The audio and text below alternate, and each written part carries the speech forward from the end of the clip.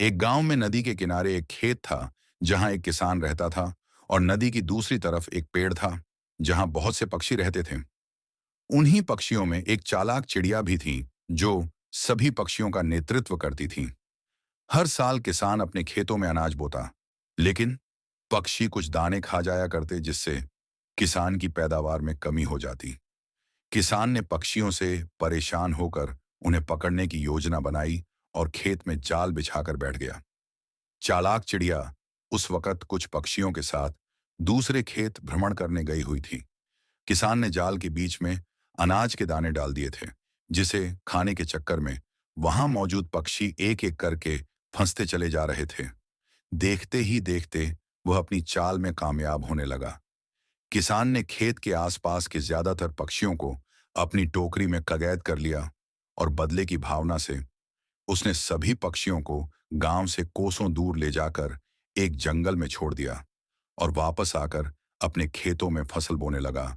चालाक चिड़िया अपने साथी पक्षियों के अचानक गायब हो जाने से चिंतित थी। चिड़िया ने अपने मीठे स्वर से जोर जोर से आवाज लगाना शुरू कर दिया। उसकी आवाज सुनते ही आसपास मौजूद बचे हुए पक्षी इकट्ठे हो गए। चिड़िया ने सभी पक्षियों को आगाह करते हुए कहा, इस इंसान ने हमारे सभी साथियों को पकड़कर कहीं दूर भेज दिया है और बचे हुए पक्षियों को भी फंसाने के लिए जाल बिछाया है, इसलिए हमें यह इलाका छोड़कर अपने साथियों के पास जाना होगा। लेकिन हम नहीं जानते कि इसने हमारे साथियों को कहां भेजा है, इसलिए हमें इसका पता लगाना होगा। चालाक चिड़िया ने कुछ पक्षियों को किसान के जाल में फंसने के लिए जानबूझकर भेज दिया और जैसे ही किसान उन्हें अपनी टोकरी में डालकर ले जाने लगा, चालाक चिड़िया भी बाकी पक्षियों के साथ उसके पीछे पीछे उड़ने लगी। किसान अपनी मोटरसाइकिल से उसी जंगल पहुंचता है जहां वह पहले भी पक्षियों को छोड़ने आया था। यहां पहुंचते ही वह अपनी टोकरी खोल देता है। टोकरी खुलते ही कैद पक्षी हवा में उड़ने लगते हैं। चालाक चिड़िया को हवा में उड़ रहे पक्षी पहचान लेते हैं और उसके पास आकर उड़ने लगते हैं। जंगल में पहले से मौजूद पक्षी चालाक चिड़िया से बताते हैं कि उन्हें इस जंगल में बहुत अच्छा लग रहा है और यहाँ खाने की भी कोई कमी नहीं है। चालाक चिड़िया अपने साथियों से मिलकर बहुत खुश थी। उसने तय किया कि अब वह किसान के खेत पर वापस लौटकर कभी नहीं जाएगी और अगले ही पल चिड़िया अपने दोस्तों के साथ जंगल की हरियाली के बीचों बीच फुदकने लगी। किसान सारे पक्षियों को जंगल भेजकर बहुत खुश था।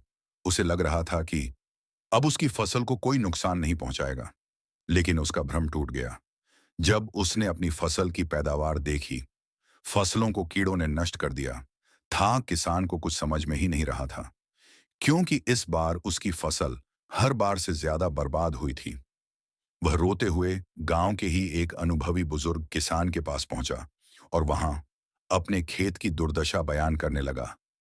बूढ़ा किसान हंसते हुए बोला, तुमने अपने खेत के रक्षकों को ही हटा दिया तो कीड़ों से तुम्हारे खेत को भला कौन बचाता? किसान ने रोते हुए कहा, मैं आपकी बात समझा नहीं।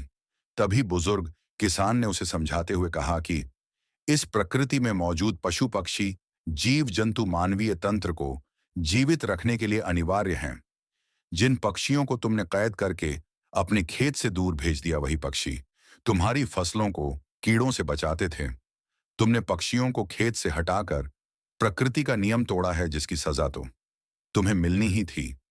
अब तुम्हारा एक ही प्रायश्चित है, दोबारा पक्षियों को बुलाने के लिए अपने खेत में कुछ फलों के पेड़ लगाओ, जिससे पक्षी पुनः तुम्हारे खेत के आसपास पहुंच सकें और आगे से कीड़ों से तुम्हारे फसलों की सुरक्षा हो सके।